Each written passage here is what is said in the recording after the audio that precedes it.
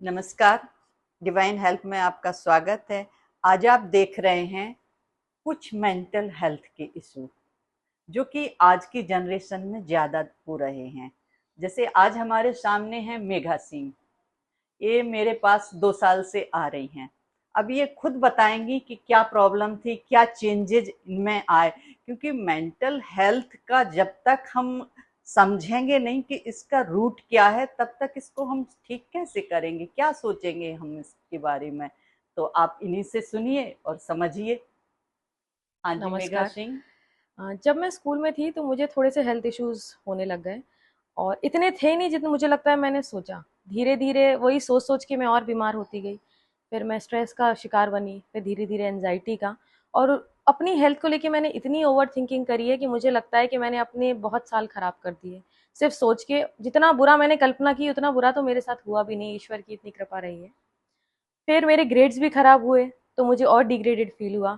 धीरे धीरे मैं ऐसे ही सोचती रही। फिर मैं मैम से मिली, उसके बाद मैंने धीरे धीरे अपनी योगा प्रैक्टिसेस शुरू करी। मेरा उसका भी बिल्कुल दिल नहीं करता था, बट मैम ने मुझे थोड़ा मोटिवेट किया, इतनी पॉजिटिविटी दी कि मैंने धीरे धीरे योगा प्रैक्टिसेस शुरू करी।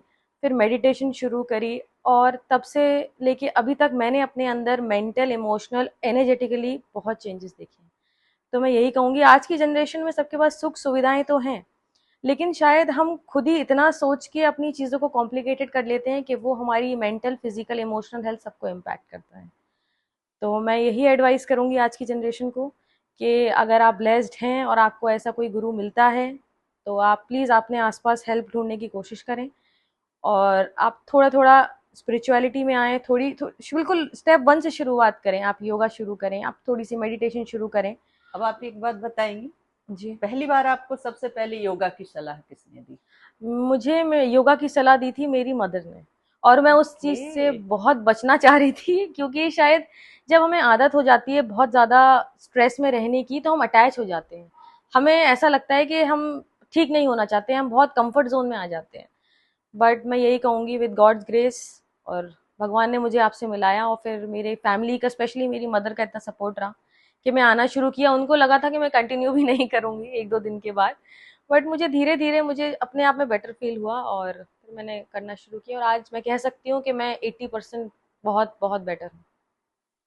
यह तो मैं भी मानती हूँ कि बहुत चेंज आया है। तो आप अपना शुरू का जो 1 वीक का सोच के बता सकती हैं, क्योंकि इससे जो आज की जनरेशन सुन रही है वो सोचेगी कि यदि उसको कोई मेंटल इशू होते हैं तो उसे सबसे पहले कहाँ जाना है। और जो फर्स्ट वीक होता है हमारा वो थोड़ा मुश्किल भरा होता है। मैं भी समझती हूँ, जब आप आए थे तो मुझे भी नहीं लग रहा था क्या मैं वही चीज दे पा रही हूँ जिसकी आपको जरूरत है, या आप क्या फील कर रही थी उस समय, आप क्या सोच रही थी।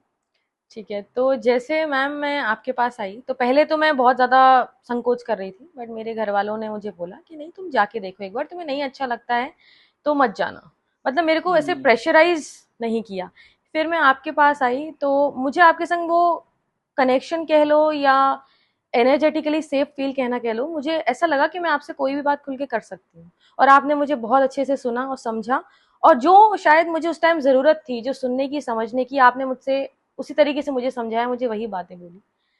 तो मैं रोज आती थी, मैं दिल खोल के आपसे बातें करती थी, अपनी समस्याएं बताती थी। धीरे धीरे मुझे लगता है मेरा वो खुलना आपसे, और फिर आपने भी मुझे इतने खुले दिल से एक्सेप्ट किया, वो चीज़ मुझे कहीं न कहीं लगता है कि उसने मुझे मोटिवेट किया कि मैं और कंटिन्यू करना चाहती हूँ। आपने पहले मेरी काउंसलिंग की, मुझे समझा, मुझे किस चीज़ की ज़रूरत है, क्या तरीका है जिससे मैं बेटर हो सकती हूँ। फिर छोटी-छोटी प्रैक्टिसेस में आपने मुझे डाला, जैसे योगा के लिए मैं बोलूँगी, आपने मुझे थोड़े-थोड़े स्ट्रेचिंग वाले पोजेस सिखाए। उसके बाद मेडिटेशन में भी, और इनफैक्ट ब्रीदिंग एक्सरसाइज बहुत इंपॉर्टेंट है। आपने मुझे एकदम 10-10 सेकंड से शुरू कराया था कि 10 सेकंड्स ये करो। धीरे धीरे मुझे वो चीज़ मैं इंजॉय आज करने लगी। आपकी कितनी प्रैक्टिस हो गई है? आज मेरी इतनी प्रैक्टिस हो गई है कि मैं मेडिटेशन के लिए 1 घंटा आराम से बैठ सकती हूँ, जो कि मैं पहले शायद 2 मिनट भी नहीं बैठ पाती थी क्योंकि मुझे इतने थॉट्स आते थे। अब जो हमें सुन रहे होंगे वो 1 घंटे का सुन के सोचेंगे क्या 1 घंटा भी चुपचाप आंखें बंद करके बैठा जा सकता है। लेकिन छोटे छोटे कदम हमें कहाँ ले जाते हैं, ये देखो मेघा सिंह आपको बता ही रही हैं। यदि आप इन्हें सुन रहे हैं तो थोड़ा और फोकस से सुनिए, क्योंकि इनका एक्सपीरियंस जो ये फील कर रही हैं वो आपको बता रही हैं, तो ये आपके काम आएगा। यदि आप परेशान हैं, ओवर थिंकिंग से जूझ रहे हैं, या कोई स्ट्रेस, एंजाइटी, कोई पास्ट ट्रामा आपके भीतर है, तो आपको कैसे उससे बाहर निकलना है ये आप सीख सकेंगे। ठीक है, डॉक्टर के पास ये भी गई हैं, इन्होंने भी लिया है ट्रीटमेंट, लेकिन एक लिमिट होती है डॉक्टर की। उसके बाद से शुरुआत हमें अपने से करनी पड़ती है। जैसा कि मैं हमेशा आप लोगों से कहती हूँ कि थोड़ा ध्यान करो, योग करो, ये आपके रास्ते खोल देगा, आपको तैयार कर देगा किसी गुरु के लिए। क्योंकि आपको मार्गदर्शक भी हमेशा सच्चा नहीं मिल सकता है, जब तक कि आपका सरेंडर ना हो, जब तक कि आपका उस पर फेथ ना हो। तो इसमें मेरी कोई तारीफ नहीं है, या मैं इसको बहुत वो समझूं कि मेघा सिंह आज मेरी तारीफ कर रही हैं, नहीं, ये इनका सरेंडर था, इनका विश्वास था, इनके विश्वास ने ही मुझे मास्टर बनाया है। क्योंकि मैंने जो प्रोसेस बता सकती थी, वो इनका विश्वास था जो मुझे प्रेरित कर रहा था कि मैंने ये दूं, वो दूं, इस तरह से करूं, ये इनका विश्वास था। तो अपने भीतर विश्वास को बढ़ाने के लिए मुझे लगता है ये सुनना आपके लिए बहुत लाभदायक रहेगा। कुछ और बताना चाहेंगी आप? मैं यही बताना चाहूंगी कि मैं मतलब पहले से अगर मैं खुद को देखूं तो ऐसा लगता है मैं बिल्कुल ही बदल गई हूँ, इंसान ही दूसरा हो गया है। मैं बहुत एनर्जेटिकली फील करती हूँ, प्लस मैं फिजिकली अगर आप मुझे पहले देखेंगे तो आपको लगेगा कि इसमें जान ही नहीं है। मैं बिल्कुल लाइफलेस थी, बिल्कुल ही लाइफलेस। अभी मैं अपने एवरीडे के काम कर पाती हूँ, उतनी ओवर थिंकिंग नहीं करती हूँ, और मुझे खुद पे कंट्रोल है कि मुझे अपनी थॉट प्रोसेस को काम करना या चीज़ों को बहुत कामली हैंडल करना आ गया है। तो वो सिर्फ आपकी वजह से और योगा और यानी मेडिटेशन की आपने वजह से। मन को कंट्रोल करना सीख लिया। ऐसा बिल्कुल कह सकते हैं।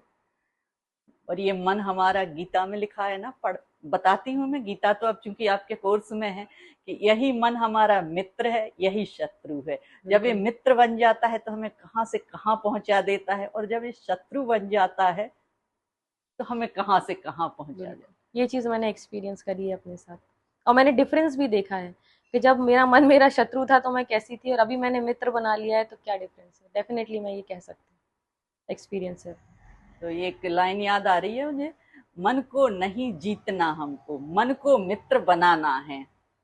बिल्कुल। तो मन को मित्र बनाइए और अपनी सब समस्याओं से बाहर आ जाइए। बहुत बहुत धन्यवाद मेघा जी।